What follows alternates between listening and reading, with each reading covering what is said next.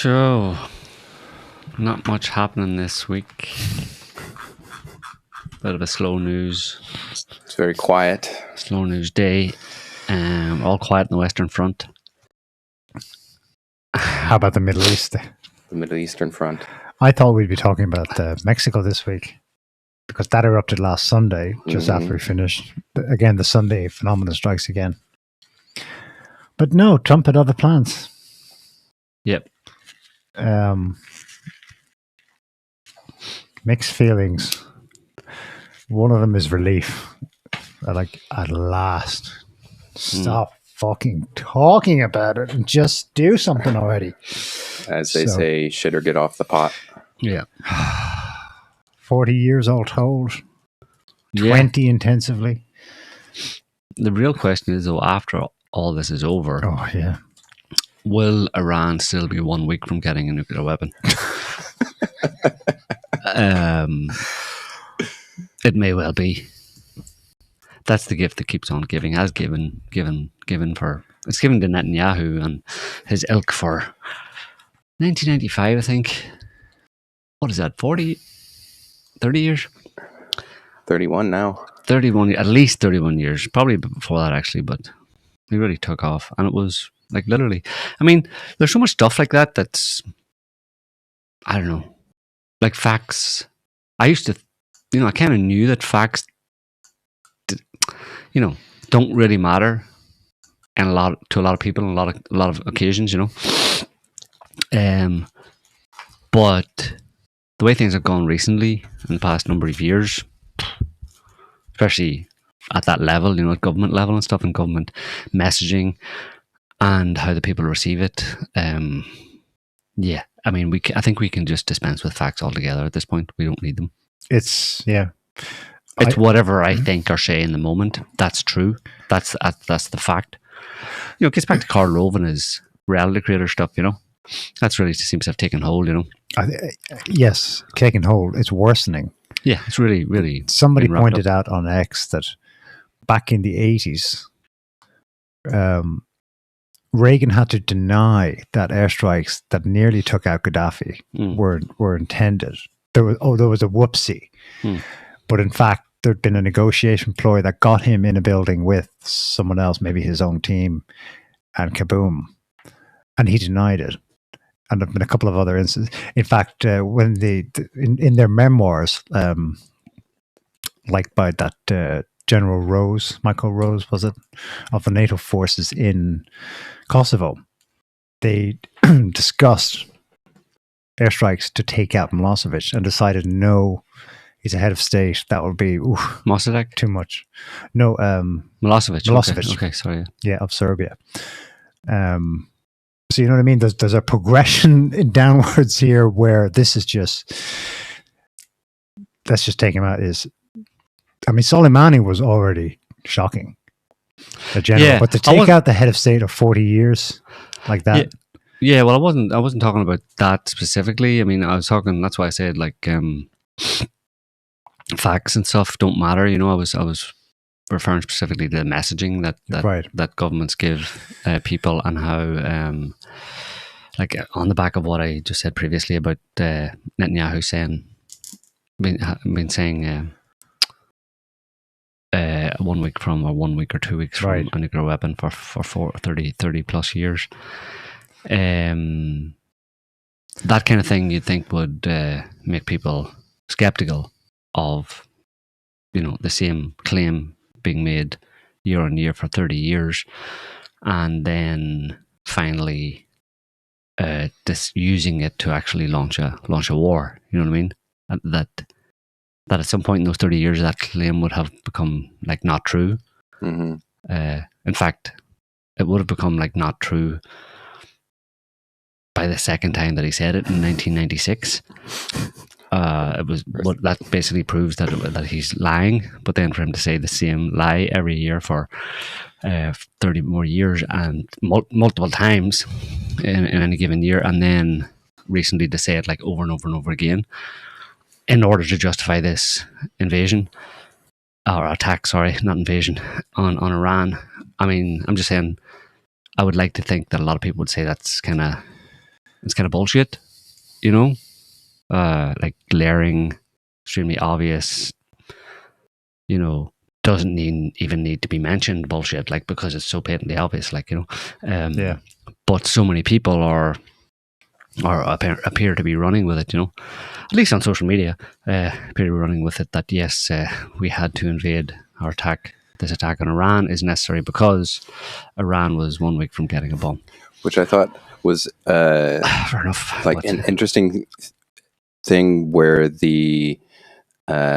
was he the foreign minister from Oman or just a delegate who went on NBC or something and was basically saying that here's what Iran was willing to give up, here's what it was willing to do as far as its nuclear program went, and it was a lot farther than I expected them to be willing to go.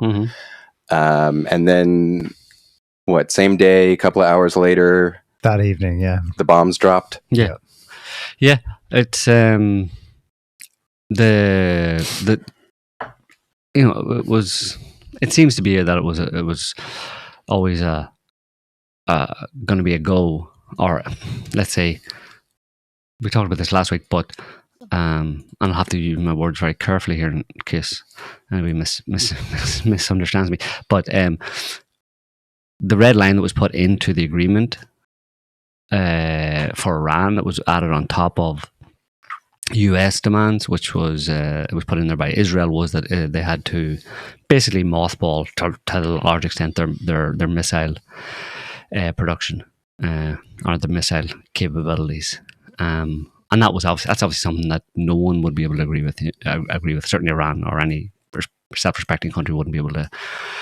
Would just kick that to the curb straight away, So the fact that was added in means that it wasn't really a negotiation, except in the delusional minds of some members of the American team and stuff like that, who thought that with this amassing of their massive, never before seen major, humongous armada off the shores, who wouldn't be intimidated, right? I think I was saying to Neil earlier on about, like, that's, I can't cite specific examples, but I have a general understanding, general perception, let's say, from having read about,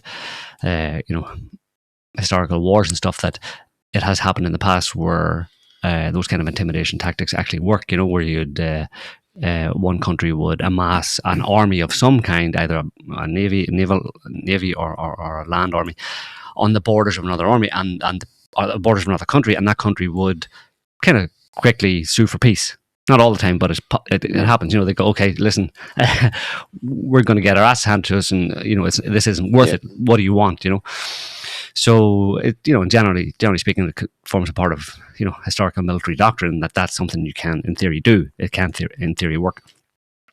So, it's possible that the US maybe had that as an idea. That possible that if we just,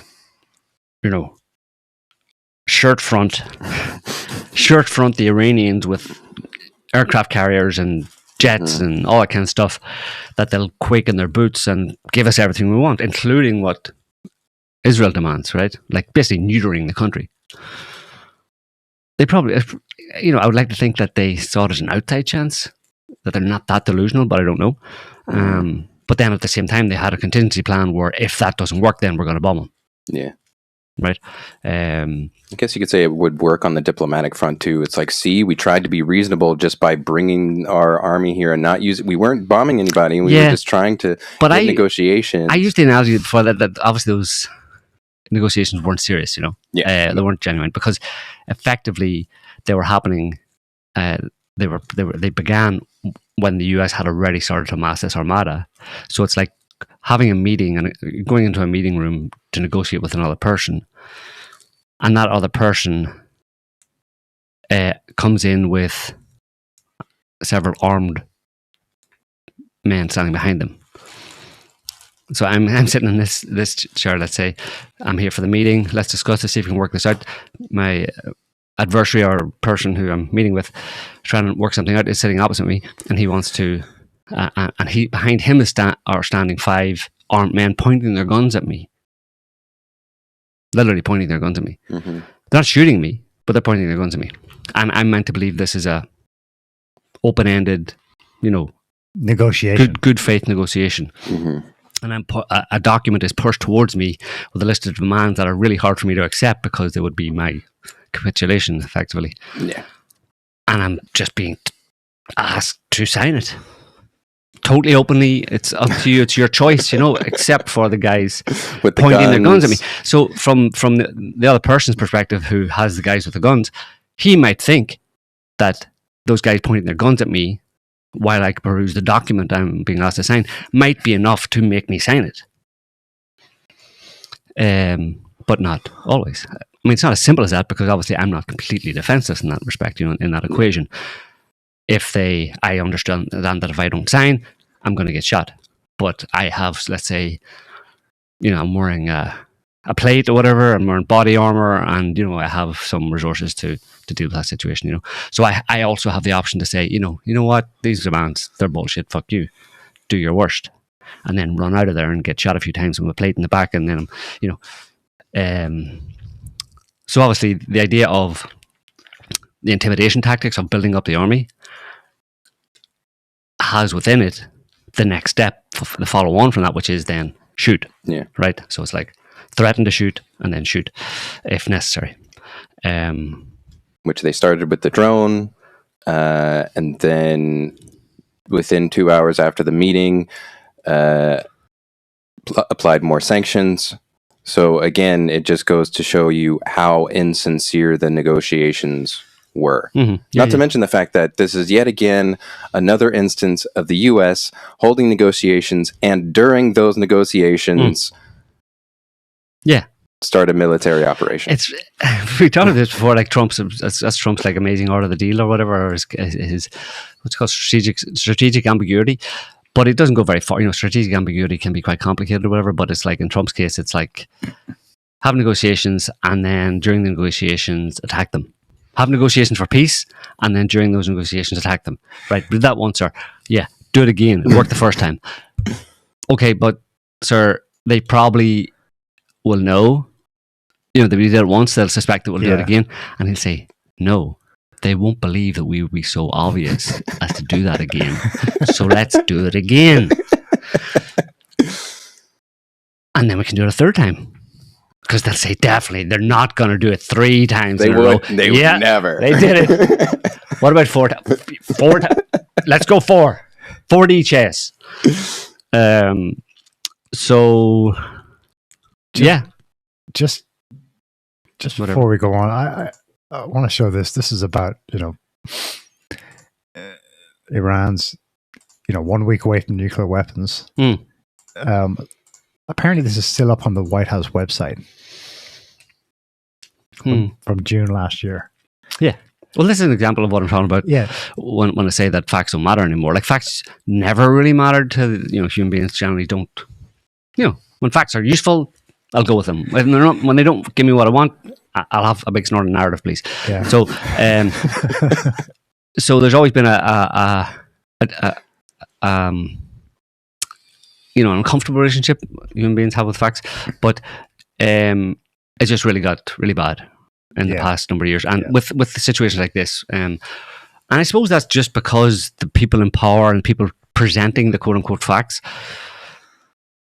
are engaging in increasingly corrupt and manipulative and illegal activities. So their narrative is going to diverge from the increasingly from what the truth is. You know what I mean? So they're basically their bullshit is going to stink an awful lot more. You know what I mean? Yeah. By definition, when you do that. So that thing, like that's Trump last year. Yep, I think he said it on 3 different occasions up until like I think November. It might have been up until January this year. He said it the last time, so like a couple of months ago. Early January, he said it again that they had obliterated Iran's nuclear program and everyone's good now. And so there hasn't really been the weird thing about this whole attack is that Trump hasn't really articulated anything coherent in terms of why it's needed and why they're doing it. something evil people, something blew our legs off our people, legs, arms, and faces. He said, and something evilest man in the world. Something. So, did you get all that? Sponsor of terror, something. Yeah. Do you want to look at it? This is so far the only Trump statement on something killing his own people. It's rambling. I thought Netanyahu gave a TV address in Hebrew last night, and that was much more coherent.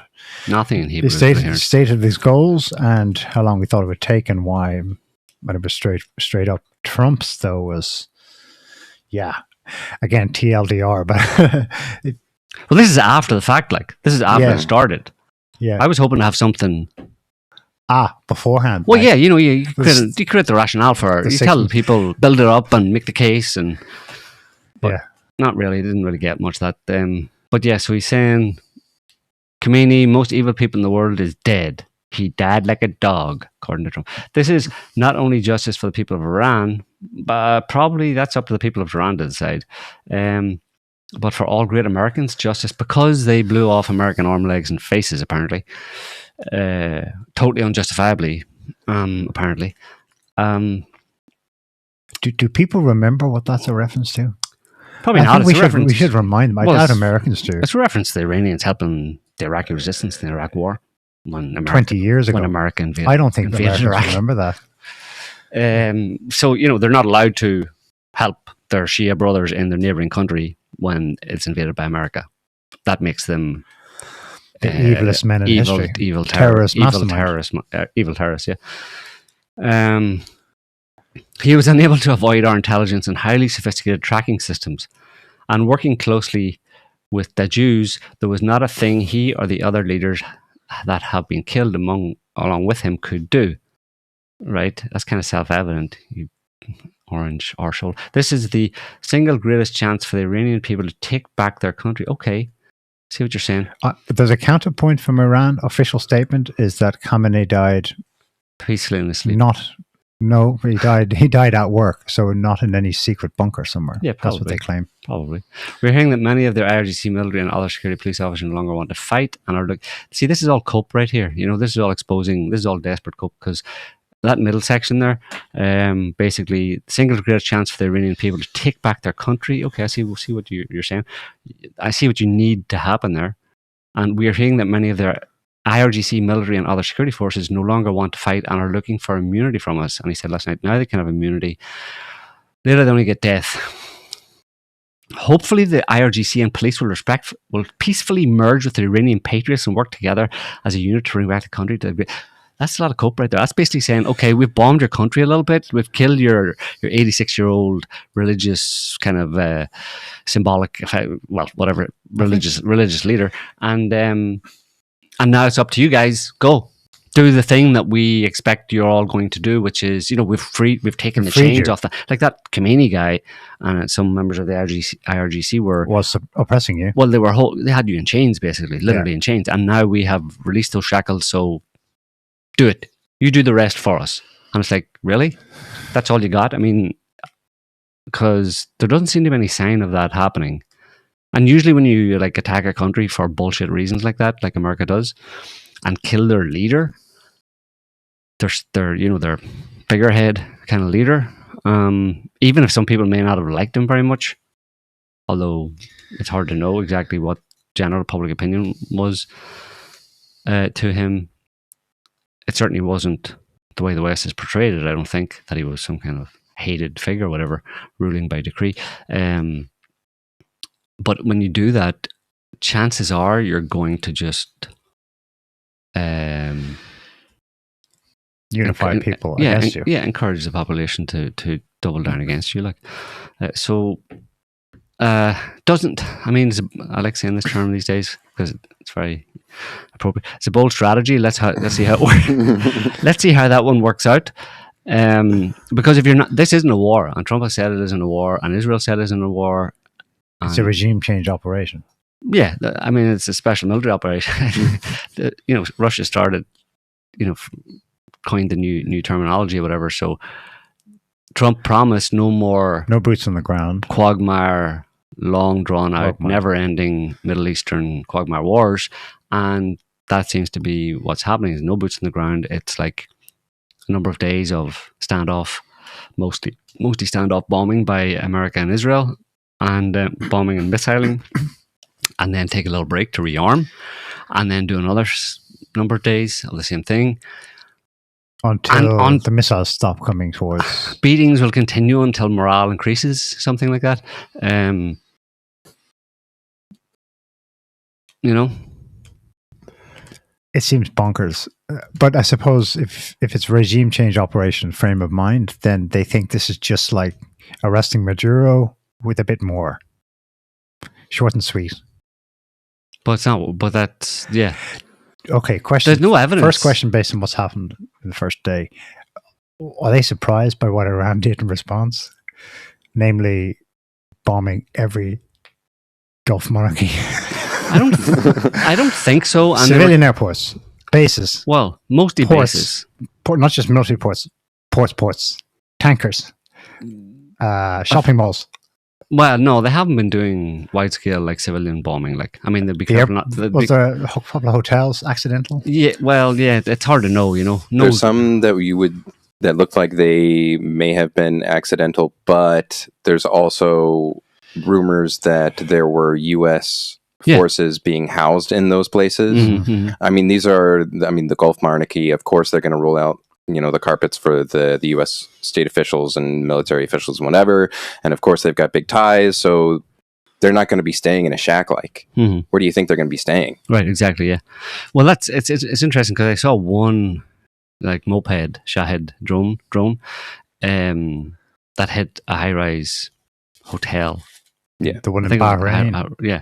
And it reminded me a lot of Russian attacks with pretty much the same drones originally made by Iran anyway. Hitting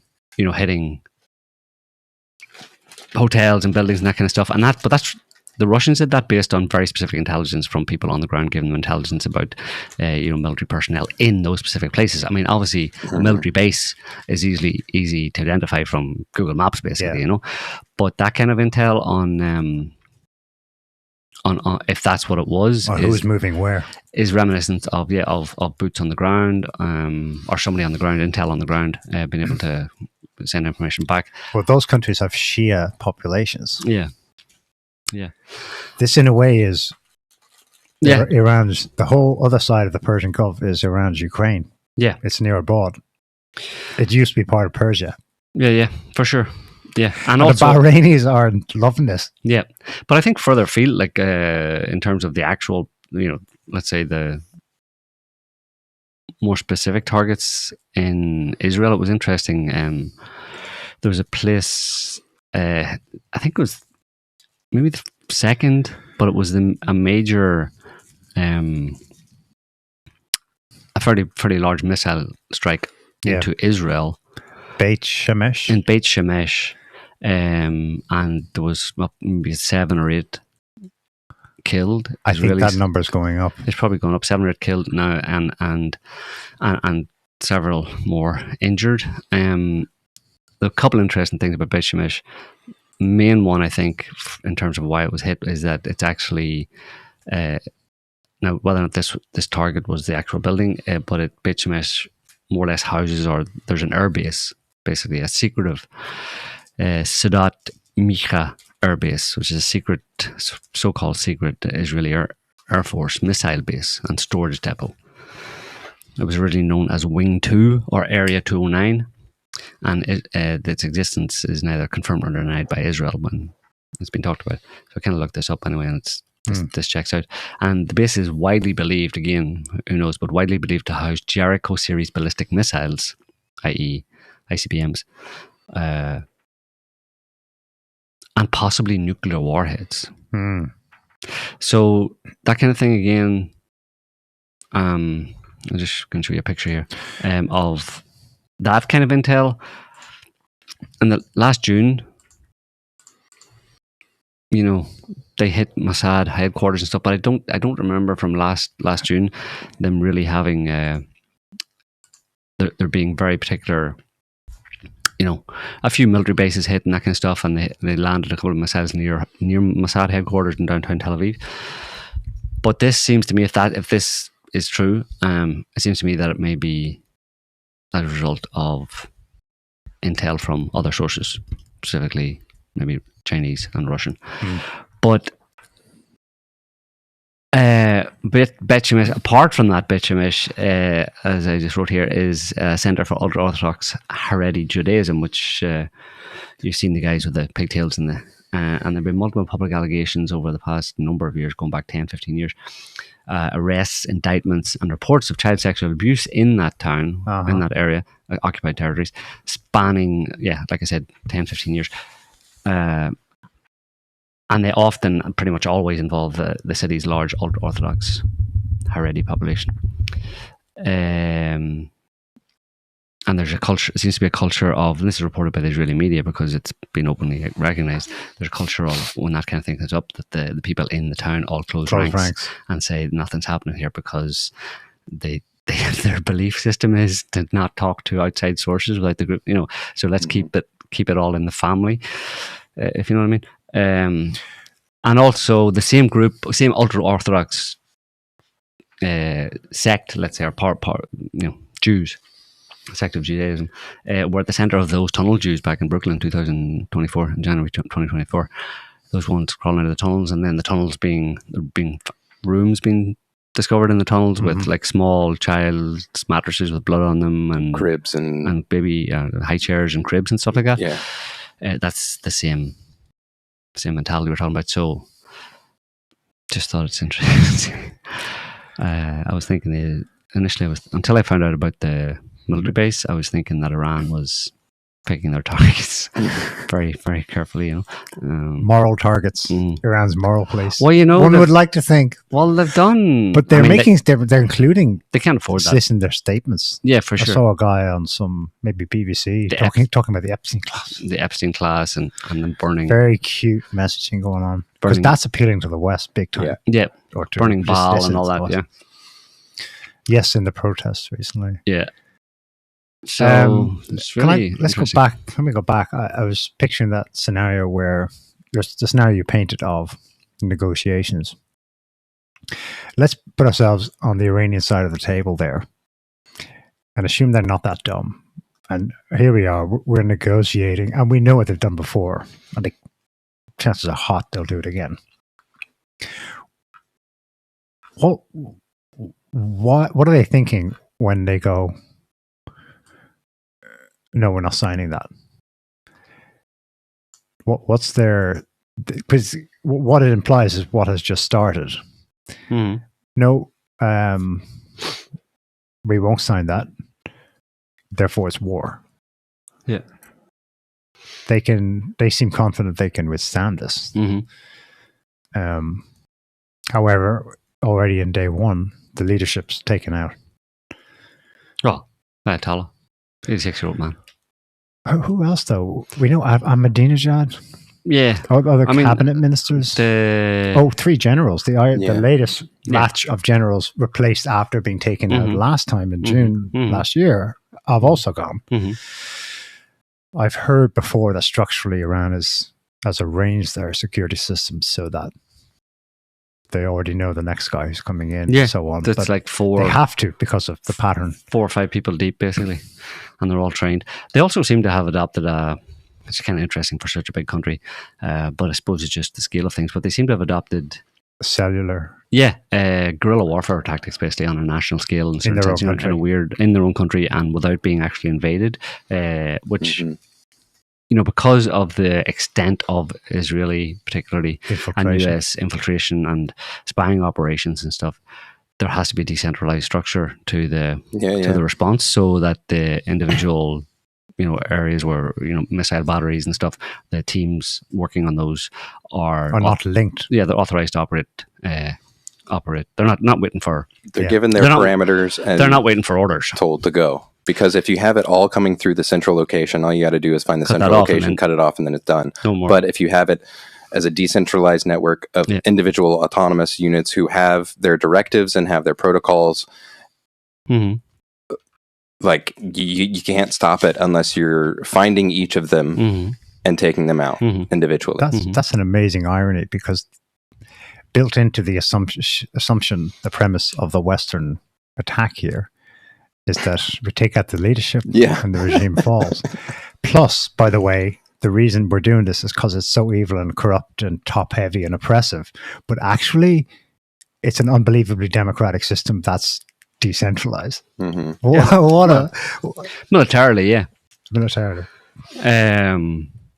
But yeah, that idea of take out the top leadership and it'll fall, it's bizarre to me to think. But I mean, I can understand how they would end up with that plan or that belief and to go with that, because they don't really have any other, you know? So it's like, you really, really, really want that thing over there, but you can't get it by normal means. And if you were being objective about it, you'd realize you can't get it. Yeah. But you really, really want it. So you just get creative and come up with a narrative as to how you can get it. You know? Like, that's like Trump's whole message was, you know, we've taken out your oppressive leader. That's what he's saying. So now it's time for you to go out in the streets and take back your country. It's like essentially trying to create the facts on the ground that there is an uprising and that they're supported by people within the top echelons. Right.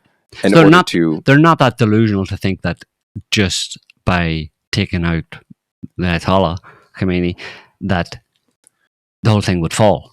And they would be able to walk in or whatever. They realize that there has to be that element of the people uprising, but that's almost as delusional, because, I mean, like we just said, I mean, if you start attacking a country and you're, especially if America attacking Iran in the context of it, people are not going to be well disposed to do anything, to do what you say or do what you want them to do after you've just attacked them and killed their religious figurehead, you know. Even if they don't like him very much, whatever. It's a personally offensive, obviously, to anybody who lives in a country to have their country, if they have any sense of nationality, to have their country attacked by a foreign power, especially Israel. You know, I mean, I'm pretty sure that I'd say the one thing you can say about most Iranians is that they're not very well disposed towards Israel, especially after Gaza and the past few years. You know. So knowing that they're the ones who are behind it, and they're the ones who, along with the US, that are issuing these orders, are expecting you to rise up and, you know, to do what we want you to do. So basically, this country, like, imagine, basically work for us. Yeah. Like, or work for us, or we'll obliterate you. Well, that hasn't been threatened, right? It's like, we love the Iranian people and we want you to rise up. You're under oppression, and, you know, we want Iran to be great again, and, you know, we love Iranians, and it's just your evil leaders who are oppressing you. So, I mean, like, you might think that it'd be hard to spin that around and turn the average Iranian or you know, Iranian citizen into the enemy. But anything's possible in reality. One of the first strikes was against a school. Yeah, well, is that accidental? There was a military base beside it. Oh, okay. But what's in? Yeah, I don't know. I don't know exactly how close it was, but there was a military base nearby. But they're very pinpoint accurate in terms of you know, taking out like Ahmadinejad and different generals in different places. You know, I'm sure they weren't all in the same room, so they're able to, like, you know, they're accurate and convenient. Yeah, they can fire a missile at a specific house and then tell you a few hours later that we got that guy who's in this house, and this is from afar, right? But they can't avoid hitting a girls' school and killing, at this last count, was 160 children.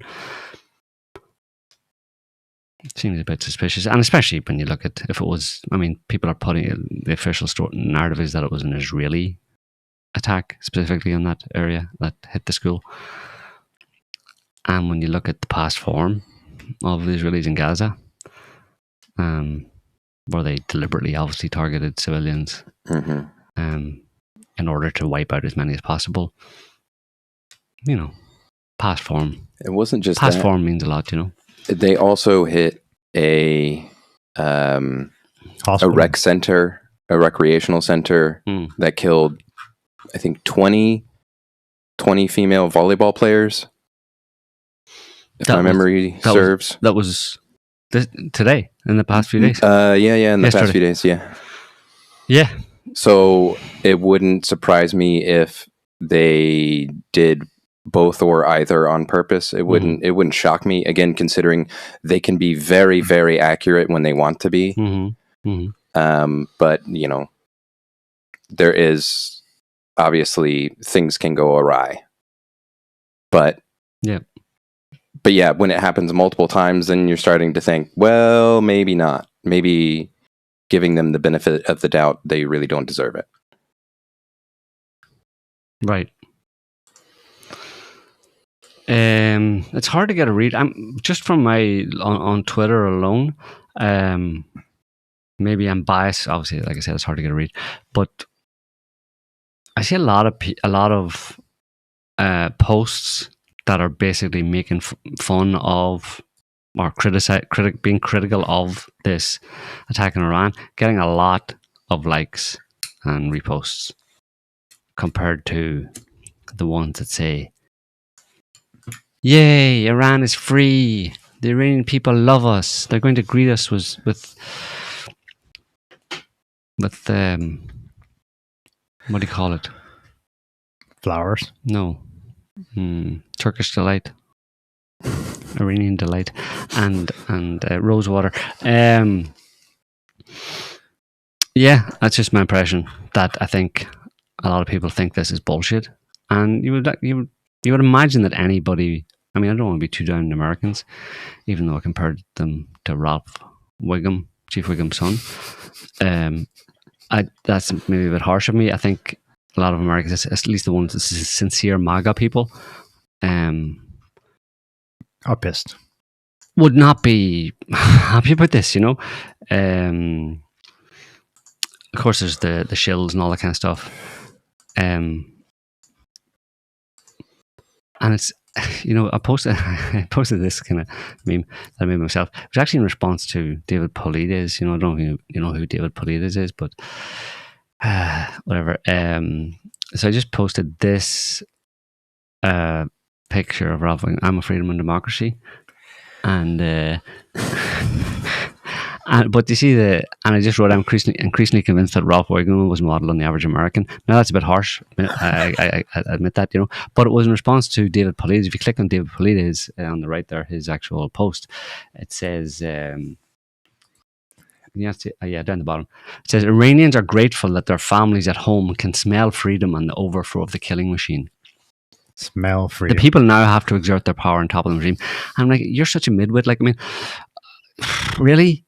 I mean, but maybe it's just I have to just accept the fact that some people have their thing, and they should just stay in their lane, basically, and, you know, sit this other one out, because, and you can tell people who should do that by comments like this, when they express comments like this, like they just repeat the government line. That's just literally government propaganda. But what's depressing is they don't realize that they're just repeating government propaganda.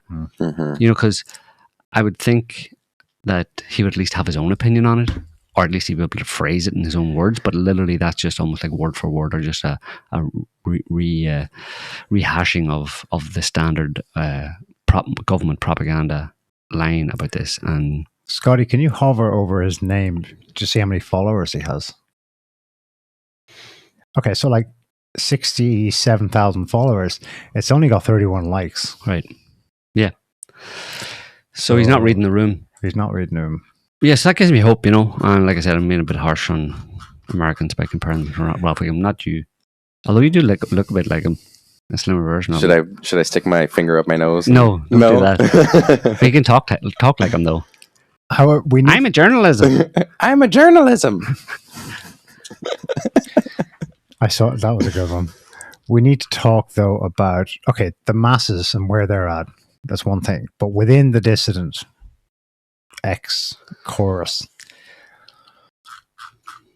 the overwhelming, I think it's universal, line taken is, "Oh God, here we go. this is another war for Israel. But for them, this wouldn't happen. It's so clean, and it's not us. They're making us do it. They're making us just because we would never do something like this. We're under duress. They're bullshitting themselves. The world isn't. That's the world of, like, you know. That's the 21st century. Cartoon heroes, you know, where it's like over conspiracy theory. It's far too much about the agents, about the people and the groups and the interests. It doesn't take into account the constraints the world functions under. It's also about the oil people. Yeah, it is. What haven't been able to, because this has been a theme over the past, obviously, number of years since Trump came in, and the question about Israel and the Israel lobby and Israeli influence on American politics, and whether you're America first or Israel first, etc., etc. But over that, we've talked about it a number of times, but I still haven't been able to figure out. I mean, I'm fairly certain that, like what you just said, that America has its own interests. If Israel didn't exist, America would definitely be very much concerned with the Middle East, and that's simply because it has been very much concerned with the Middle East for a good 100 years or more, and before the British, and during the same time the British and other European powers, they're all very concerned with the Middle East, primarily because they got interested in it because of the natural resources there. And those natural resources are still just, you know, very important. Like we played, I think at one point last year, whatever, many people have commented on it, but in one way or another to this effect. But Robert F. Kennedy, yeah, it was RFK Jr. RFK Jr. Yeah. RFK Jr., when asked, because everybody at one point was being asked, you know, why we, you know, do you support Israel? Why are we in the Middle East? Why are we helping Israel? There was no reason to help Israel. And this was when he was still a Democrat. Right. And he said, basically, look, Israel is our unsinkable aircraft carrier in the Middle East. It's basically there to protect the natural resources for us. If we didn't have Israel there, we would lose the Middle East to Russia and China. And for good measure, he said, if Israel wasn't there, we'd have to create one. So he basically said Israel was set up, and, you know, politically, I suppose, Israel was set up to secure Western control over the natural resources of the Middle East and keep the natives in that region down so that they could, you know, the West could continue to exploit the resources for themselves. And that has been a consistent theme that they have, you know, they've actually, that has been a policy, you know, openly described policy, again, going back 100 years. So given that, the problem with that is that how do you fit Israeli influence, which we know is a thing as well, most likely, into that picture? You know, why does Israel, why would there need to be an overweening influence from Israel on US politics if US politics, if it were a person, is more than happy to kick butts and take names in the Middle East on an ongoing basis? You don't need someone to force America or any Western country, but particularly America, you don't need anybody to force America into taking action to maintain control / chaos in the Middle East, because that has been an American / Western policy for more than 100 years. So does Israel have any work to do? But the problem there is that we know that Israel does apply a lot of leverage to Americans. Now, maybe for other reasons. It may not be, that's not to say there isn't an Israeli lobby, but it just may not have to expend too much effort or money on convincing US presidents and politicians to support Israel and to get involved in the Middle East, because they're more than willing to do it themselves, because it's in their own interest. the Israeli lobby could be used for other, I don't know what they are, I haven't thought about it, because you always go back to the Middle East, but I don't know, other interests that Israel might want pursued that may not be necessarily in the interest of the US, or the US politicians and US presidents wouldn't necessarily, wouldn't ordinarily have gone in a certain direction in other issues, but for the influence of the Israeli lobby. I mean, it's kind of nuanced, I suppose. It's hard to know. We'll never know, because there is an Israel lobby, and we won't know if there were no Israel lobby right now, if they didn't have that influence that they have, would Trump still be doing what he's doing in the Middle East? Would he still be attacking Iran? Because again, this goes beyond just control over the resources of the Middle East, because control over the resources of the Middle East have a goal in themselves, in itself, which is, RFK described it, we'd lose the Middle East to Russia and China, and that would basically be... He said all the dollars would come home and our economy would hit the floor. Yeah, the end of America, basically, as it is today. So Russia and China have to be contained, and one of the ways, the central way that is done, is by maintaining US control and by implication Israeli control over the Middle East, and keeping down anyone who would attempt to threaten their control in the Middle East. And of course, Iran is front and center in that category. So the idea is, like you were saying earlier on, it's all of a piece. Trump went into Venezuela, took control of Venezuela's oil. That was the only reason for going into Venezuela. But most of Venezuela's oil was being shipped to China. It wasn't a massive percentage, maybe 10-12% of Russia's imports, and they're getting quite cheap. To China. So he took control of Venezuelan oil to get control over China's access to oil. And I think something like 20% of China's oil supply, I think, or its needs, come from Iran. So there's another 20% that you can snatch. And again, this isn't to say that, and Trump has said this explicitly, it's not about denying Iran access to that oil. It's having control over it. Mm-hmm. It's like if I'm your only supplier of things you need, like Twinkies and Hershey's bars, right? That's what Americans eat. Yep. Every day. That's all you eat, right? That's all. And you need that to survive, right? So, and I have them, then I'm happy to keep selling them to you, and you're happy to buy them, and it's all good. But if I want you to do something else for me, and you're like, I don't want to do that, I'm like, the old Hershey Twinkie supply might dry up. Could dry up any minute now. And then you'd be like, okay, what do you want me to do? Yeah. So that's the idea, right? And that's a very basic, crass analogy.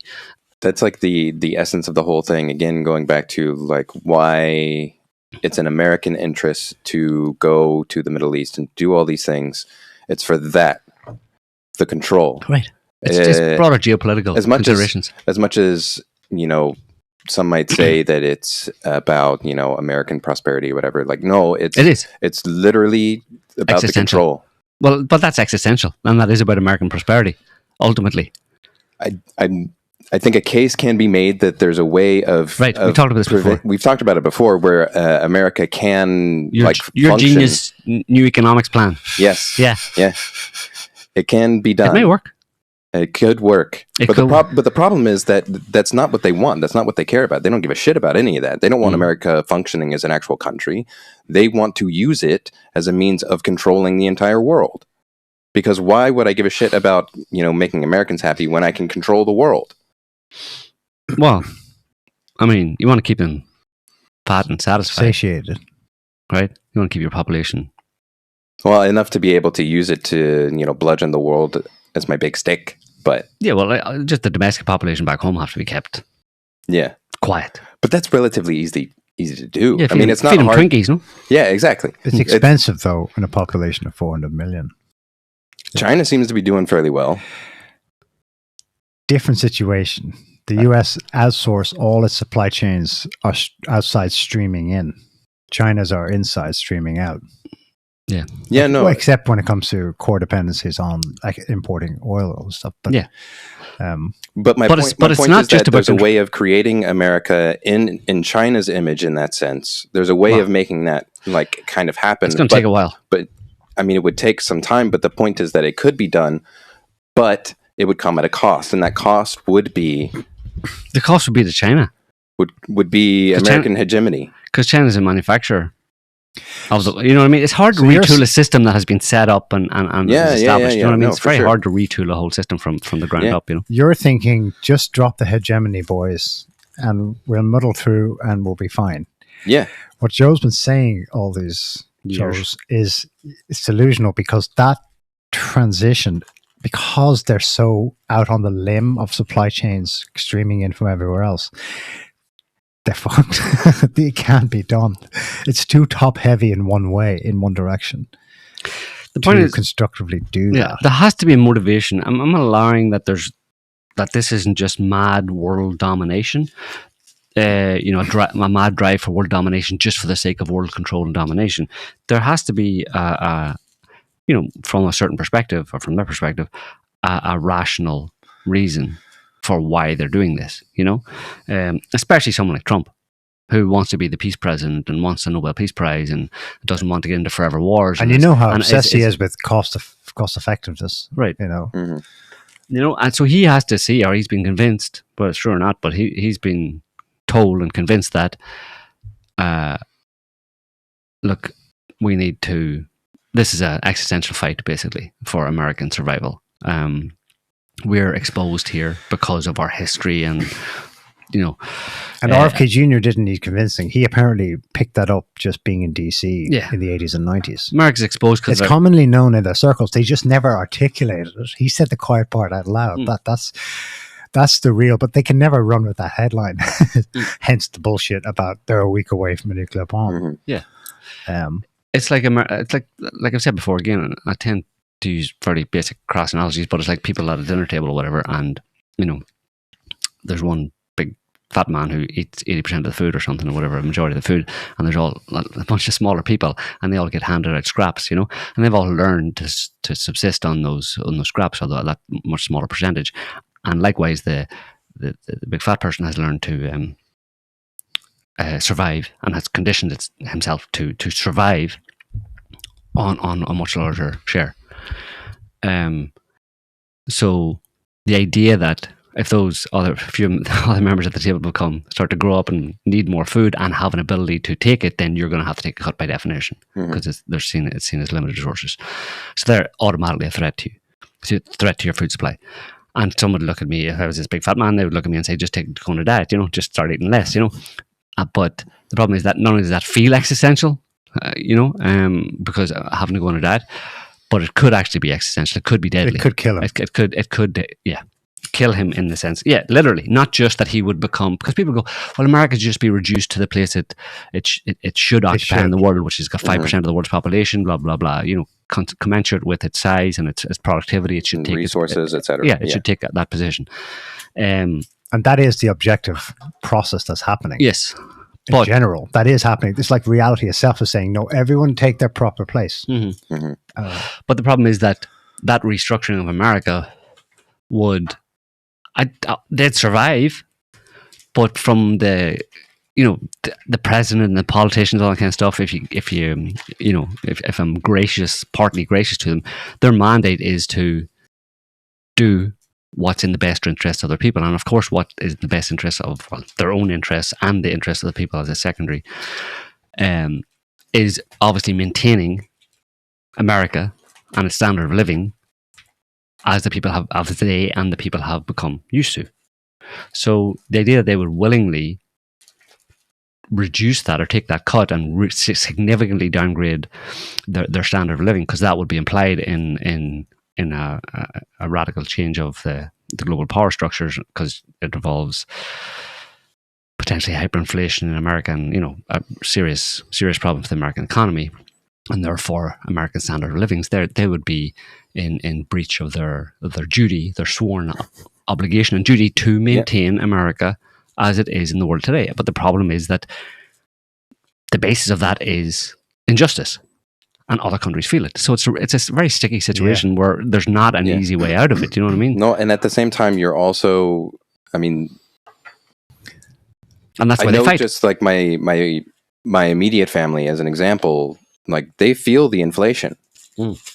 Like it's not like everybody's living high on the hog. Like it's a struggle, and it's getting worse. But that's why you see these kind of events in Iran. That's why Trump and co are pushed to, at least on the overt political level, that's why they're pushed to take this action, because they need to push back against these peer competitors and the changing world and the moves toward a multipolar world. They look at a multipolar world and they say, to hell with that. Marco Rubio gave lip service to it and all that kind of stuff, that we're moving towards a multipolar world. The quiet part that he didn't say out loud was that in that process we're going to fight like hell to maintain what we have, and we're going to use all resources available to us to fight against these near peer or peer competitors who have risen up and are trying to force a multipolar world on us, where we take a significant cut in the share of the pie that we've had.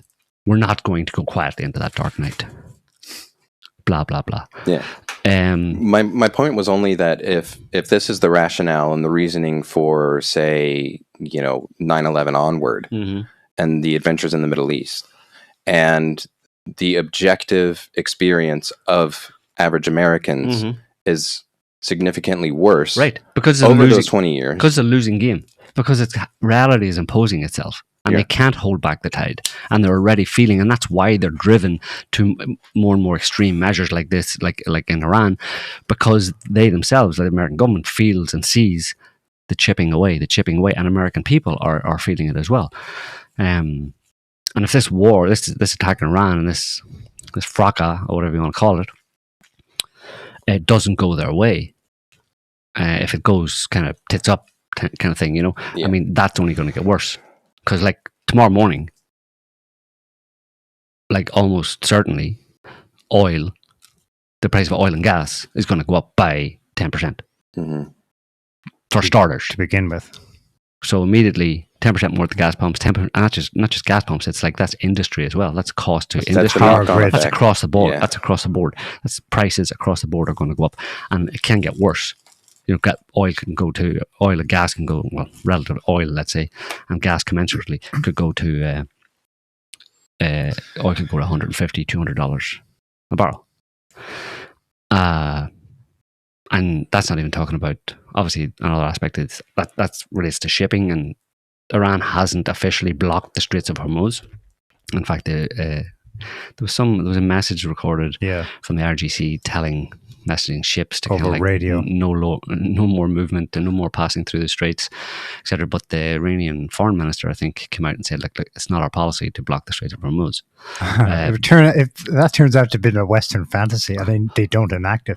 Yeah, well, they haven't yet, let's say, because they don't need to, let's say. It's maybe more of a doomsday scenario, but even then, it's like, there would be a partial shooting of yourself in the foot. And if China has been helping Iran with tech and stuff for targeting and intelligence for this war, then China wouldn't like to see that happen either, 40% of China's oil imports, just 20% comes from Iran. Okay. 40% comes through the Strait of Hormuz. Right.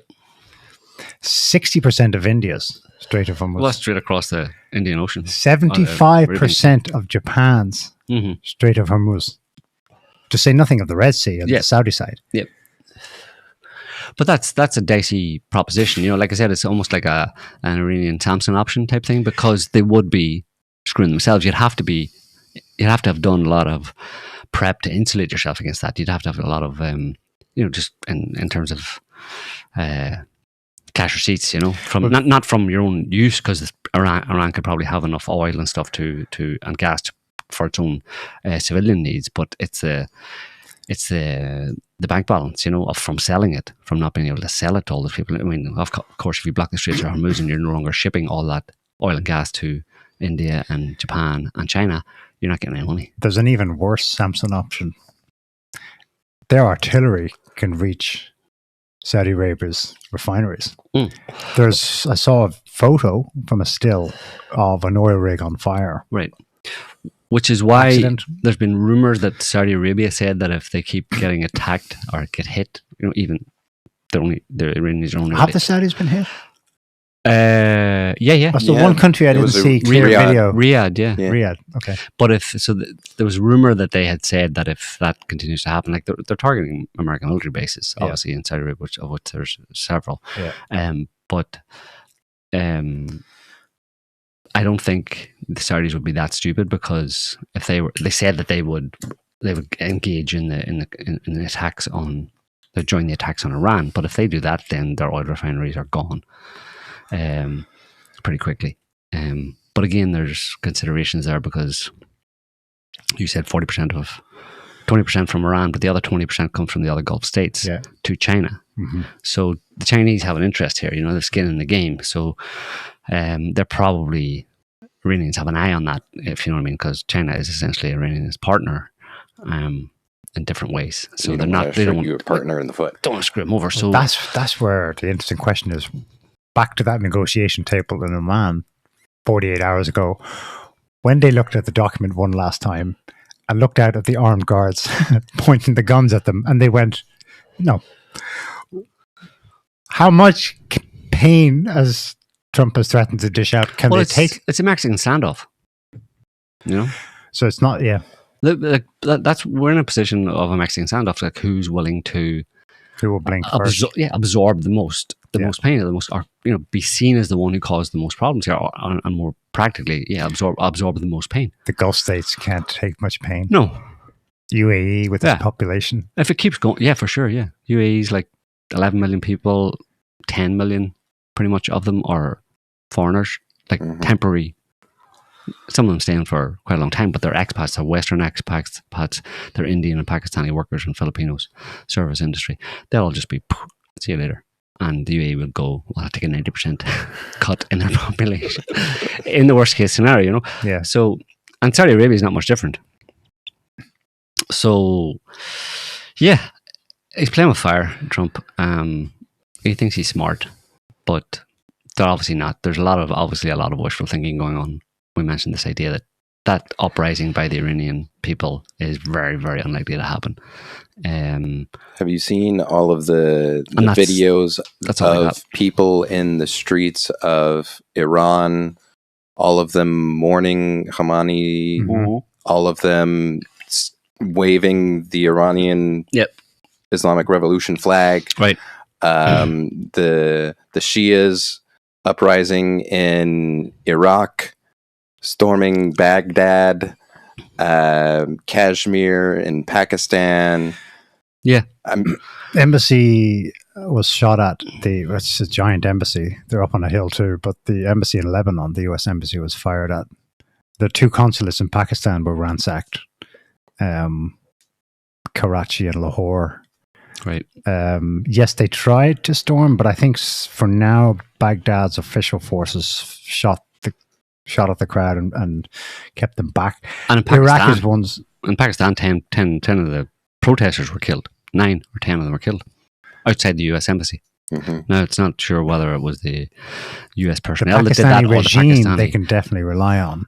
They talk a big game. They said in the last few months, if Iran's attacked, we'll join the war. Yeah, right, you will. But the people. Yeah. Very, very supportive. This is, let's play this. This is Baghdad. Not Baghdad, Iraq somewhere this morning.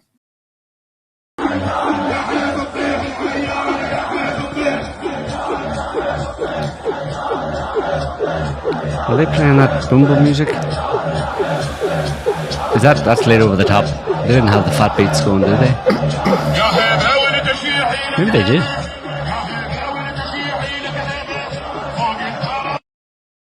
Shia protest songs are the best. They are the best.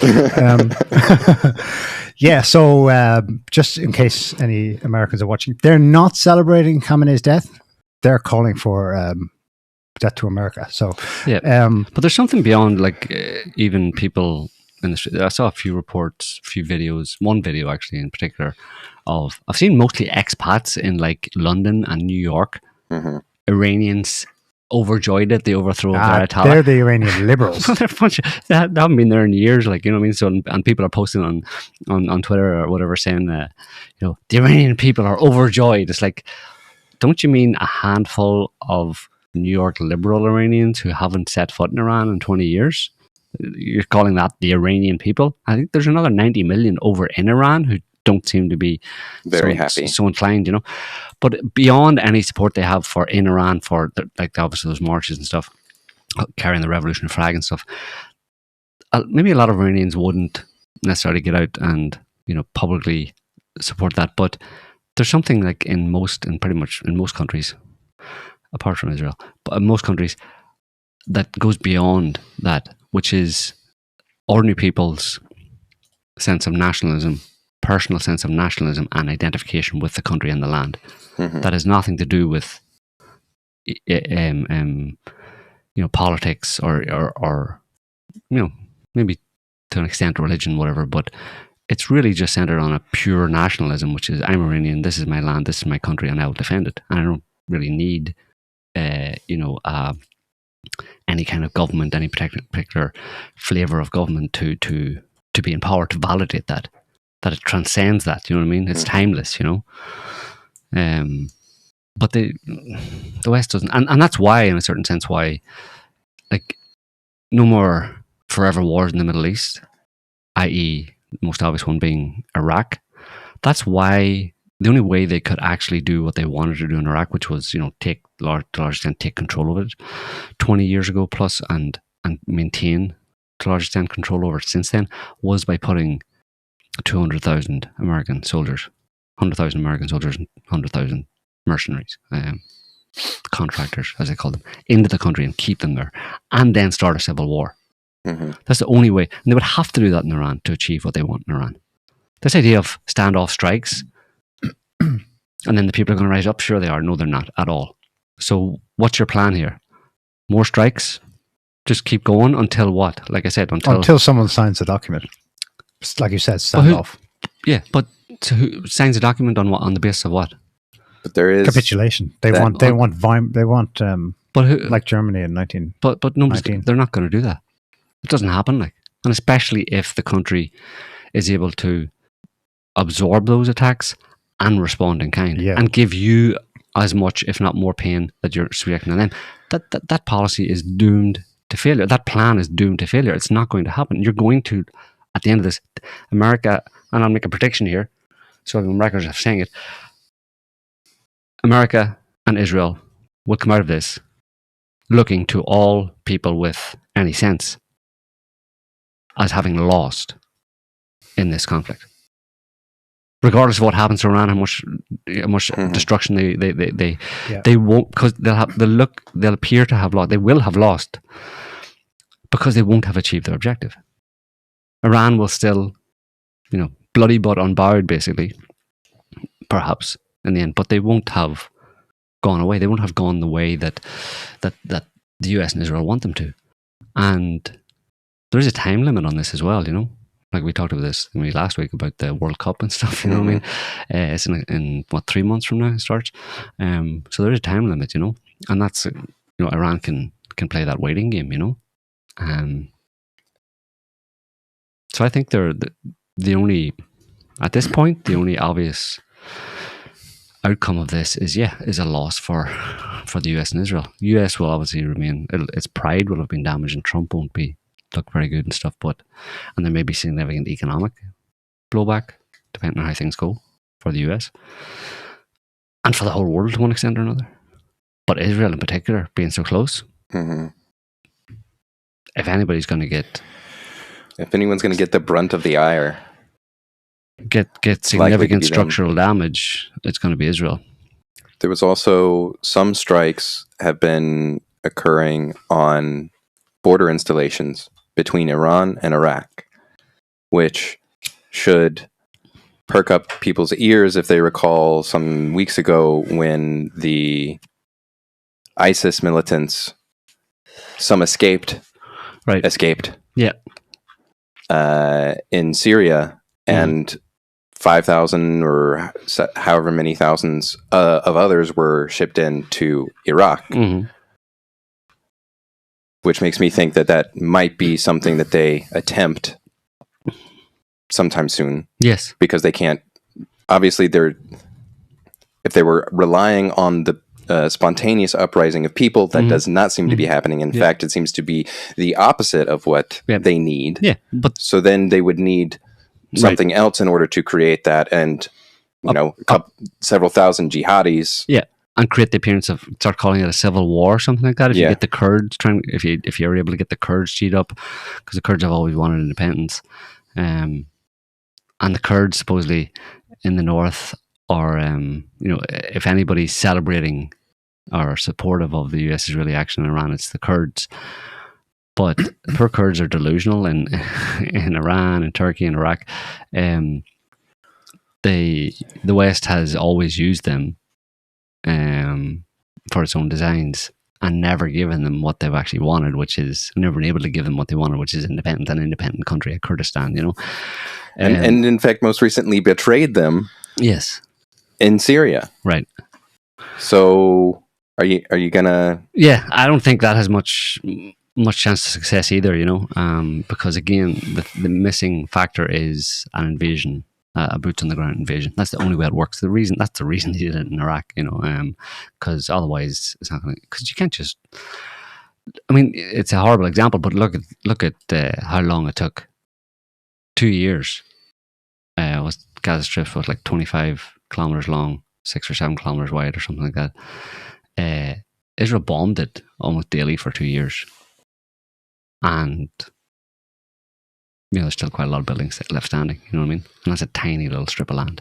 So the idea that you even would have the ability or would have enough weapons or munitions, to like bomb Iran into submission, like what are you going to level every building in Iran? Like, I mean, it's not going to happen. The only way you can get what they want is like I said, boots on the ground, and even then, in boots on the ground in Iraq, they had to stir up a kind of civil war, arming different factions and setting counterinsurgency. Yeah, Iraq may turn into another quagmire.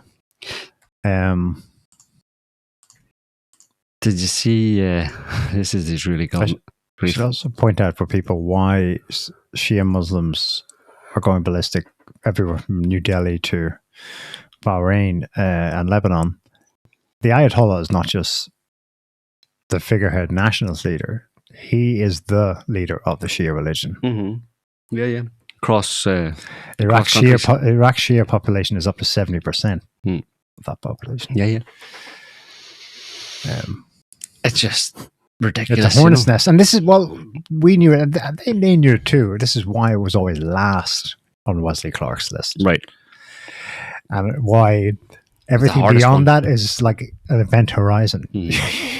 But you can't see beyond. You can see logically, okay, October 7th, knock them out. Hezbollah first. Okay. Next. But after Iran, it's like, this is what we're saying. It's delusional. Well, we think, but let's not bet against the cunningness of the empire. Has been a steamroller. Yeah. So far. But the problem is that except for Ukraine, but even there they've managed to hedge. Yeah. And make it not look like a loss. The problem is that when you use these tactics over 20 or 30 years in that region, everybody in the region has had all that time to study and see the limitations of what you can do, and see the tactics that you use, and that you use them over and over again. I mean, I'm not saying that means that you're sure to be able to thwart it, but at least you can't be surprised. You know what I mean? At the attempts, because they don't really have anything new to achieve these goals other than the things they've already tried. And you adapt your policies accordingly, aka the decentralized, autonomous missile bombardment units. Missile. And just to like clarify your point, because I saw this on an interesting website that showed you the size of Iran compared to Europe. Because I knew it was a big country, but I didn't realize just how big it was. It's mostly Europe, yeah. And Western Europe. It's over 3 times the size of France, 4 times the size, over almost 5 times the size of Germany. So basically, it would be like, all of the UK plus Germany plus the Netherlands plus Italy, like all of that area. It's like your point about how long it's taken them to bomb Gaza and it's still standing. And like now you're talking about 100 times, so much bigger, more 200 times. So it really would be impossible for them to just bomb it into submission. Yeah. So what's your plan? What are you going to do? Oh, they won't be able to withstand it, or it's like it's just a version of the original, what may have been the original plan A, which was we'll just park our awesome armada right on their doorstep and they won't be able to stand it. Just the mere look of it will terrify them. Okay, that didn't work. Well, let's bomb them and then that'll terrify them. These people don't seem to be terrifiable by those means. And this guy, I just have to post this, Israeli Foreign Ministry spokesman, I think it was a BBC guy talking to him, but here, listen to what he says first. Regime is doing. They are aiming at civilians. They are targeting civilian neighborhoods, and this is the complete opposite of what Israel is doing. We are aiming at military targets, but the Iranian regime is targeting our civilians, our children, our women, our elderly. But also schoolgirls in Iran that have been killed in a strike at there. And this must stop. This must be stopped, and this is what we're trying to do. Yes, next question, please. But what about those please, Iranian let's schoolgirls? allow others. Please. I'm Lomas from You kind of walked into that one, dude. How stupid are you? Walked into it. I mean, it's kind of nice that there was actually a reporter there who could actually ask him. Yeah. It's like just begging for. Yeah. They're killing our civilians. Well, dude, I'd like to just gloss over that one, as most of the Western media does, but can't really, because yesterday you killed 150 schoolgirls. So when you talk about Iran targeting Israeli civilians, it's hard to kind of like take the moral high ground on that one. And he's like, yes, shut up. yes, moving on. Yeah. And this is just literally yesterday. Again, the 100 plus girls in the all-girl school, the 20 volleyball players. That's just yesterday. And we're like, we don't even have to go into the past couple of years in Gaza, and like, you have your surgical strikes, and yet somehow you manage to surgically strike all of the refugee tents and hospitals, etc. Yeah. So it's like, so again, when you say, we're able to surgically strike and all, when you say that, and then these places with civilians get bombed, then my only conclusion is that you targeted it deliberately. Yeah. For reals. Yeah. Do you think the Gulf states are surprised? They do sound surprised. Like, what do we do? Shouldn't have been. The Iranians told them. They told everyone that if they cross the red lines, everything is on the table. All of the American bases will be a target. And like all of these Gulf countries have American military bases and installations. What do you think the Iranians were talking about when they said we would attack all the American installations? Yeah. You can't be surprised. They're acting surprised. They're feigning ignorance. Lots of footage from yesterday. I like the Iranian Shahed moped drone taking out a US radome. Like, apparently it's very important, a very expensive piece of equipment, and it's gone. And if someone filmed it. $1 billion and it's gone. It's great. It was a good video. Yeah, one of many. Netanyahu, meanwhile, fled to Germany. Officially not, right? I think officially, yeah. There's photos of him today with it. That's like fleeing the country. That's regime change right there. that's usually what evil dictators, so-called evil dictators, do whenever they're under pressure. No.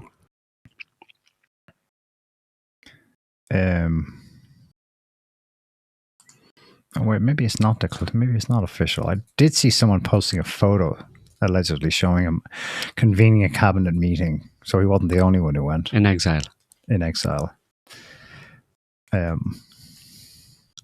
Meanwhile, a photo of his wife and son, some paparazzi clipped them on the balcony of their apartment in Miami. Yeah. Chicken hawks. I think this was part of it. You notice that Afghanistan and Pakistan kicked off about 4 days beforehand. I mean, it goes back a while, but the Taliban and Pakistani military have exchanged some pretty serious fire across the borders. Pakistan's bitching that Afghanistan's become a playground for Indian intelligence, which isn't new either. But that's also the pot calling the kettle black, because the Pakistani ISI and the Mujahideen were thick as thieves in the 1980s. Yeah. Yeah, I don't know what. Just getting back to the plan on Iran, like, what is the deal? Like, so Ayatollah's gone. They're taking out a bunch of different leaders. Trump apparently said recently, 40. What did he say? 48. He said 40. He said nobody can believe the success we're having. 48 leaders are gone in one shot, and it's moving along rapidly. The problem with Trump is that when he says stuff like that, pretty much everything he says, you can just go like, dude, that's not true. I mean, just like technically, I kind of know what you're trying to say. You're just trying to say we're winning bigly. But you should avoid like using specifics, because you're nearly always just talking through your ass when you say that, you know. Like 48 leaders maybe are gone, but it wasn't one shot. One shot from what? I mean, so that just makes you, when someone says that and you know it's false, you go, well, is everything he said false then? How do you know it's true?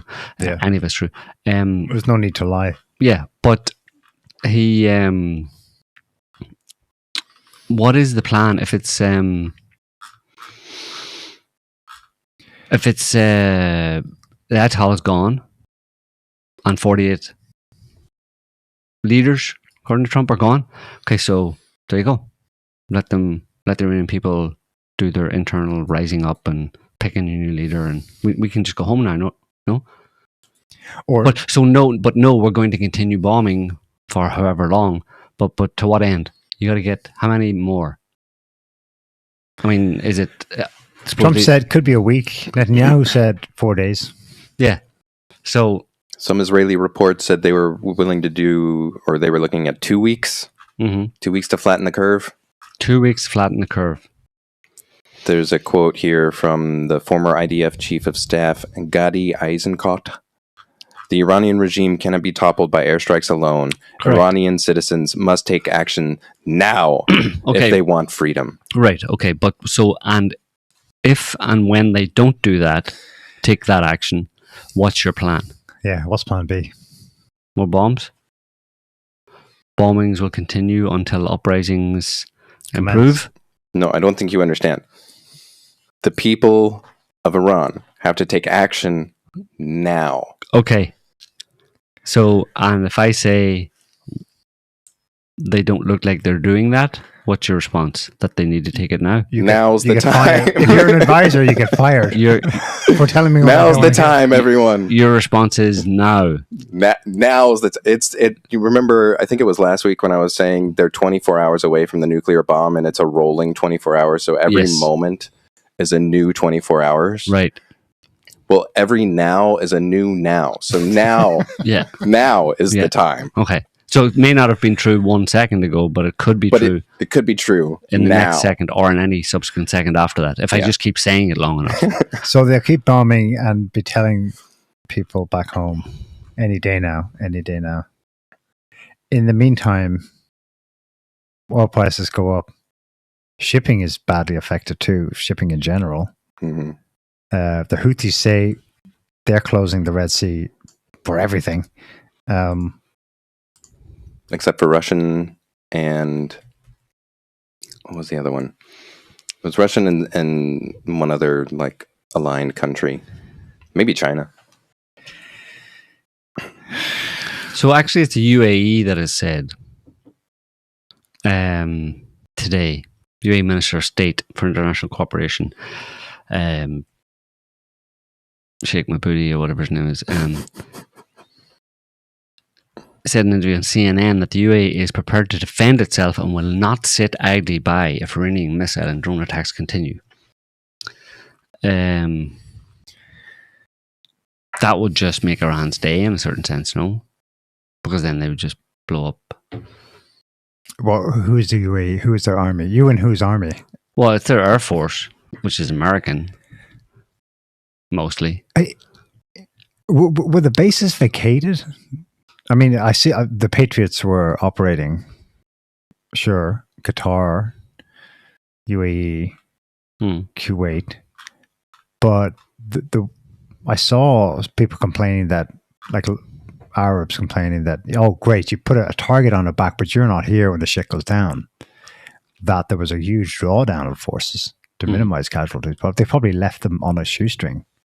That was my impression of the past couple of weeks in the lead up to this with the negotiations. And part of bringing the Armada in was also cleaning out some of the bases that were closer to Iran, because obviously if you load up all of your F-16s and so on in a location that's on the doorstep of someone you're planning on going to war with, it would be pretty stupid.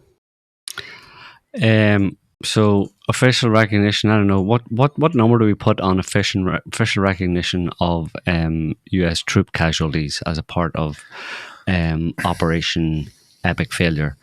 Epstein failure. What multiplication do we put on official reports? Because this CENTCOM, your Central Command, has said that on March 1st, just recently actually, 3 US service members have been killed in action and 5 are seriously wounded as part of Operation Epstein's Furies. Several others sustained minor shrapnel injuries and concussions. The situation is fluid, and if you just go back on that posty top left there, Scotty, and that arrow, just go back one.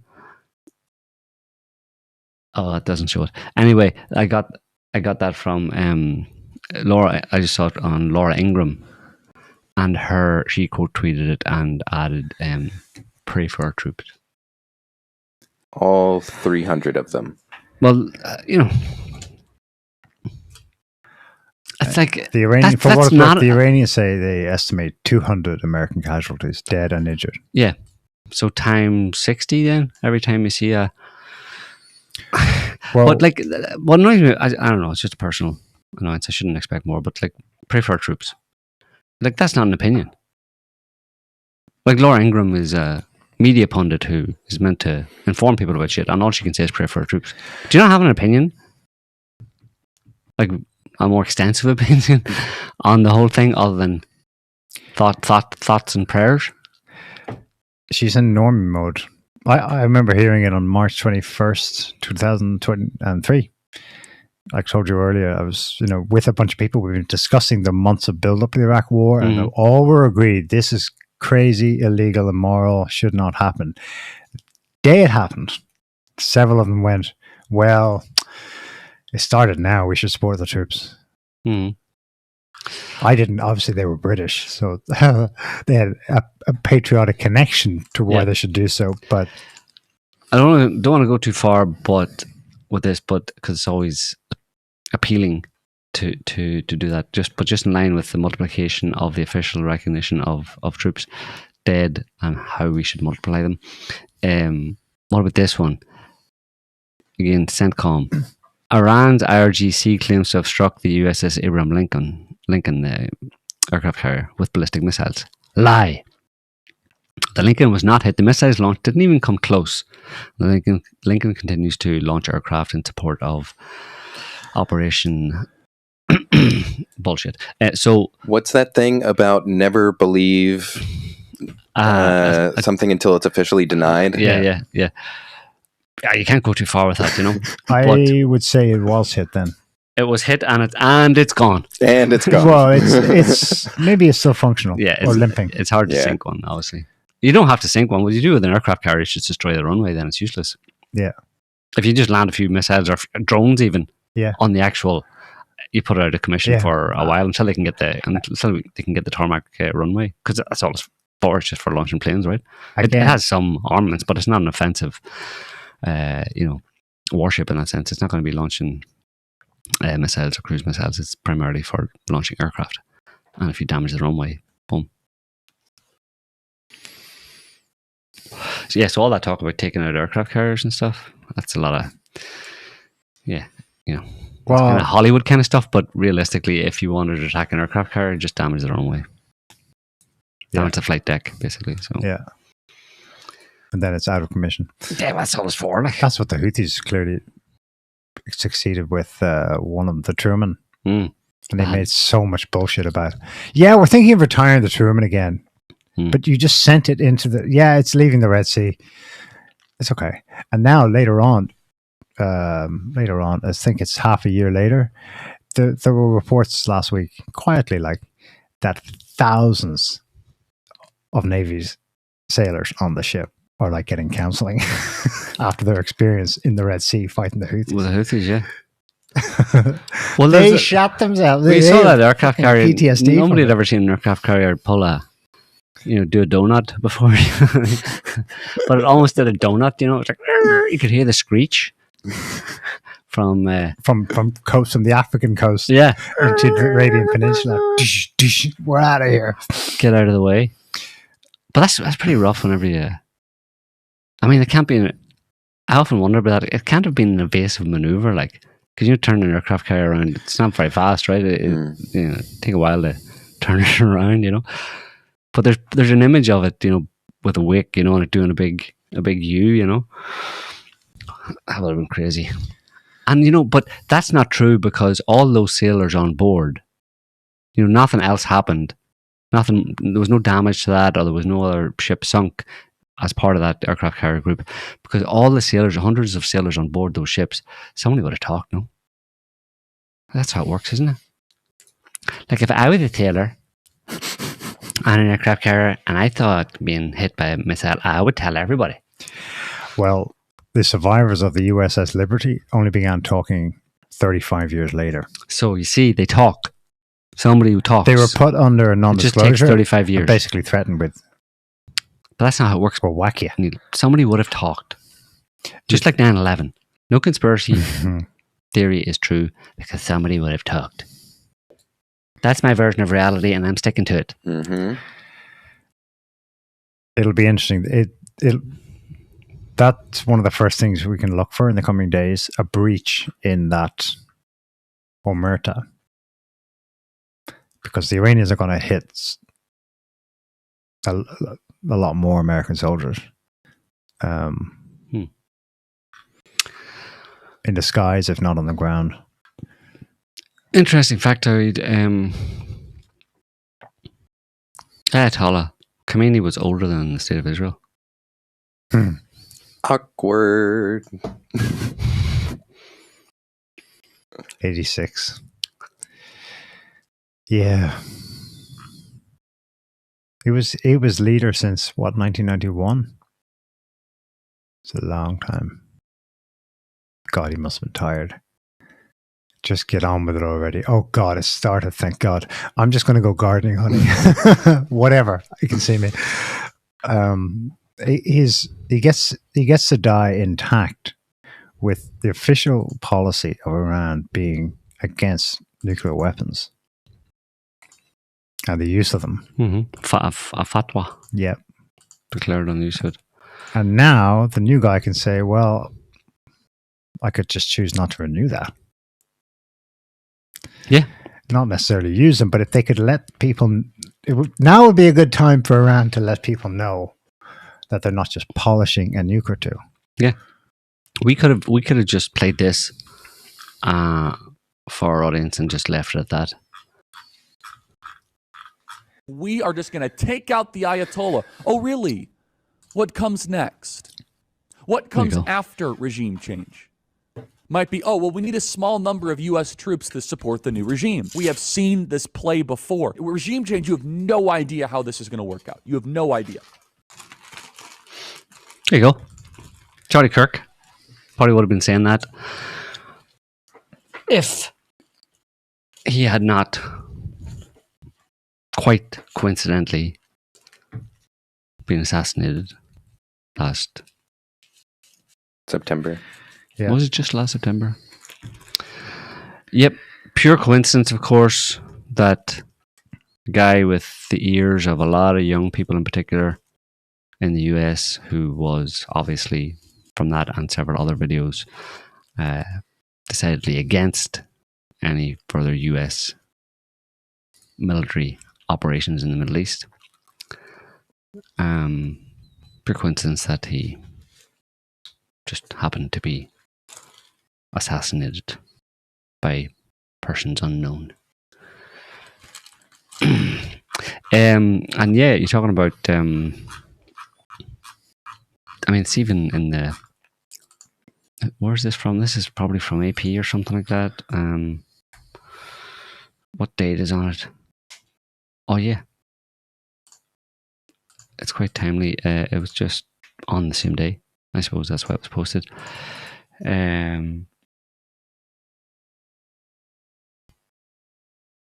Prior to Iran attacks, the CIA assessed Khamenei could be replaced by hardline or IRGC elements if killed. You think? Shock. Did you need a lot of intelligence for that one? How many intelligence computers did you use to process all the data that led you to that conclusion? They asked Grok. Yeah. I'll tell you what I think is going to happen is that, just based on past form and the Israelis particularly being involved in this, and especially if the US, I don't know if Trump will go along with it, but certainly the Israelis will turn their anger. They'll say a few more times, like, what's the phrase about now? Now. What's the rest of it? Now is the time to take back your country for freedom. The Iranian people to do that. For the Iranian people to... So they'll say that a few more times, and then they'll begrudgingly come to the conclusion that that's not going to happen. And then their love for the freedom-loving Ukrainian or Iranian people will go away, and they'll start to see them as the thing that's preventing them from getting what they want, and then they'll turn their weapons on the Iranian people, and that'll then cause Iran to respond in kind, particularly on the Israeli people, and that's where I think it's going, because that's what they do. That's what an Israel does. That's what an Israel do. And then it'll be over. And then eventually they'll have had enough, yeah, because Iran can absorb a lot more. Yes, just simple. Of that kind of thing, just population-wise. Yeah. 80, 90 million to what? 6. Not even. There's scale. There's also size of the country, durability of what that population's been able to absorb so far. 45 years of sanctions, plenty of terrorist attacks, other wars, other strikes. Their leaders being killed frequently. The self-satisfied, mollycoddled Israeli Jews will flee much less to Argentina, Portugal, much less New York. Robust, let's say. And the same goes for the false Gulf states. Yeah, for sure. if that plays out, that's why, like I said, Event Horizon, the viability of Iraq as its current shape is under question. Iran will control the other side of the Gulf. Saudi Arabia will have no choice but to at least ally itself. I mean, we'll see where it goes. The 20th century... Tell you what's going to happen on crystal ball stuff. Hold that thought. On that line of stuff. On that line of thinking, is that what could happen, not what's going to happen, but what could happen is that if there is a significant curtailment of oil supplies out of the Middle East region, then Europe will very quickly turn back to Russia. It's all connected, yeah. What are we going to say? It's a zero-sum game. If you are reaching to control in one fist the energy spigot, it's all or nothing. The 20th century for the Middle East was framed by the Arabs especially, but not only, struggling to overcome their humiliation after the end of the Ottoman Empire in World War One. And what they came up with was great. It was very effective, and it nearly made it. I mean, there was a moment there in the 60s where it was looking pan-Arab nationalism on a secular basis. That's why all their flags are almost identical. They basically have, which they have historically seen themselves as one country, where nationalism, the nation state, wasn't really a thing for them. They're united by tribal connections, religious connections, and the land. This basically, this could happen. This could yet happen. In other words, at the death, the unification in some respect of the region against the US and Israel, the West plus Israel, could yet happen. That's a tall order, because it depends on that whole set of dominoes collapsing. Because at the moment, so far, it's a steamroller, and the empire is about to get the last big. It thinks it has. It thinks it's on the cusp of solidifying it. What, for the next 100 years, the new American century, the new American/Israeli century. But, so it's kind of all or nothing, because if Iran, when they were talking in Oman last week and said, no, we're not signing, they're placing their own bet, which is that you, America, are a paper tiger. You're big, you're strong, you can do a lot of damage, but ultimately we're placing a bet on the regional cooperation, uprising, shared connections, and everyone being sick of you for their own reasons. Iraqis for theirs, Egyptians for theirs, the Palestinians, of course, Lebanese, Jordanians.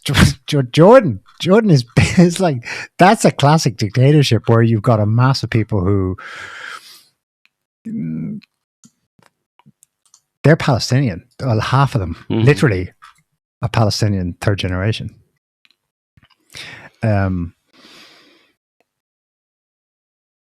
And I think Iran is trying to, I don't know, maybe I think it's reflected in their bet. And we may be seeing it in the first 48 hours.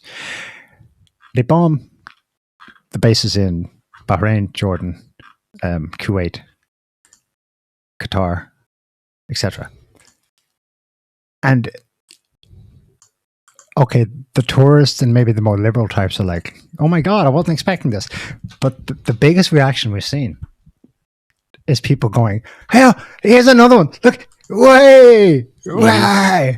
Like it's a football match. They're like, good for you, Iran. Come on, get some more in there. I think they're ready, or maybe close to ready. The people of the region in general, to get this thing done. But there's a lot of things that have to give. The monarchies have to either fall or read the room and feel the pressure and change sides. That's why it's so hard to tell. It's like everything seems completely lined up for the US and Israel. And then the Abraham Accords, they got it all, fingers in all the pies. They've got them all on the board of peace and or aligned with that idea. Got them to recognize Israel, etc. And then when they just went one bit too far, the actual popular support for that system they built, they spent a long time building it. They had to demolish Pan-Arabism bit by bit. And it took a lot of work because at one point, remember, Egypt and Syria temporarily formed, they formed a single country. Separately, but it's another linkage. The Syrians under Hafez Assad, Lebanon, and Saddam Hussein formed a single unitary party. The Ba'athist Party ruled in both. Yeah, there were attempts to do that, but the Americans didn't really have managed to divide and conquer. Put the kibosh on it, yep. Yeah. So the Iranian is it? Did I read it right that they've raised the flag of whatever and call for jihad, like all Muslims of the region, the Iranian leadership or the religious leadership? So there's the Iranian, there's the Shia Muslim group, and then you have the Ayatollah, but then you also have the Grand Ayatollahs who are above them. There's about 50 of them. It's the two of the three eldest Grand Ayatollahs have called for jihad. Okay, there's no consensus yet. So it's not a full consensus. Well, but again, these are two of the three eldest of the bunch. Thank you, Imam Adam, for the clarification there. Do you know a lot about this region? It's like, yeah, he's a sleeper cell unto himself. Speaking of that, actually, there's been reports already released about heightened security around Iranian assets or agents in Europe in particular being activated to attack Jewish this, that, or the other, or whatever attack. Who knows? It's kind of vague, as they always are, whatever, those security alerts, whatever, but it's a real possibility. It's a distinct possibility that they would, if they see public opinion in Europe in particular, let's say, because it's, or maybe in America, but particularly in Europe, if they see public opinion, like the US and Israel, particularly Israel sees public opinion going against them, or they feel they need to, increase public support for this conflict if it continues on. If they feel that public opinion is kind of turning against them, their go-to thing there is blow something up, blow some civilians up in Europe, and blame Iran. So that's something to watch out for as well. There we were thinking they would need a false flag to start a war.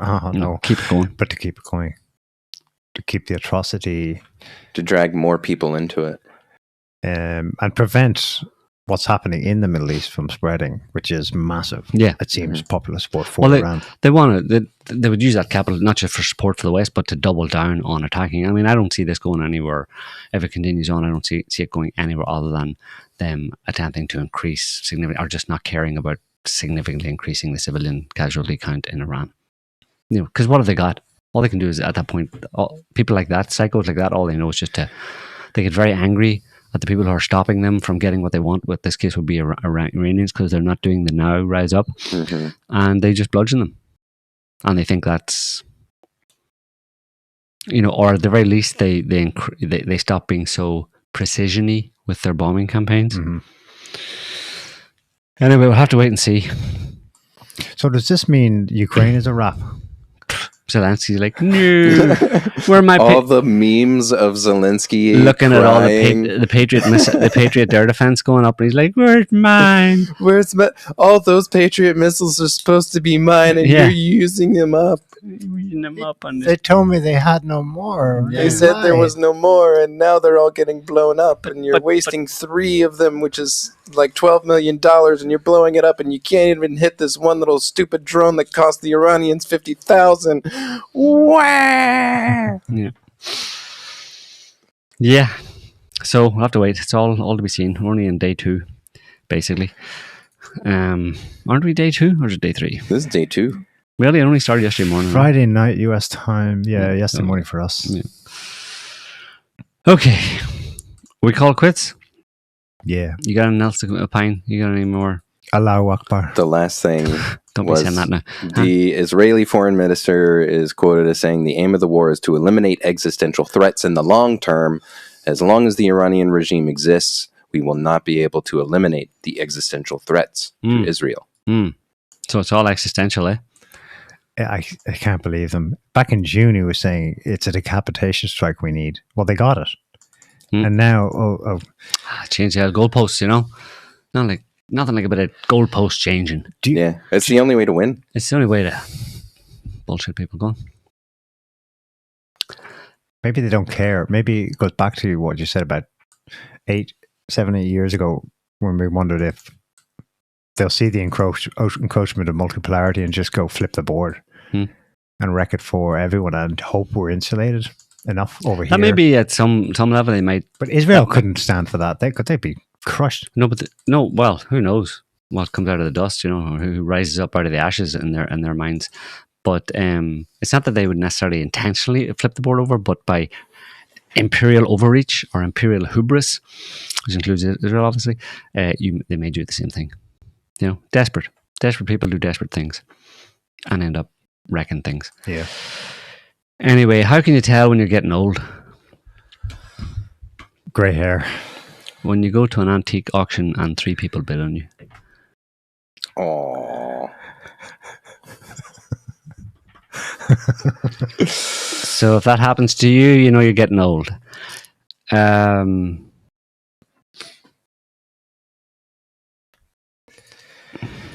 That's it, yeah. Yeah. Mexico. We'll see what happens in Mexico. Oh, Mexico. We'll have to wait. Yeah. Have to wait. Mexico. I can wait. All right, so we'll leave there for this week, folks. Thanks for watching, listening. Hope you enjoyed the show. We'll be back next week with another one on whatever craziness has been going on between now and then. So have a good week. Bye, y'all. Bye. Can't stop the signal now.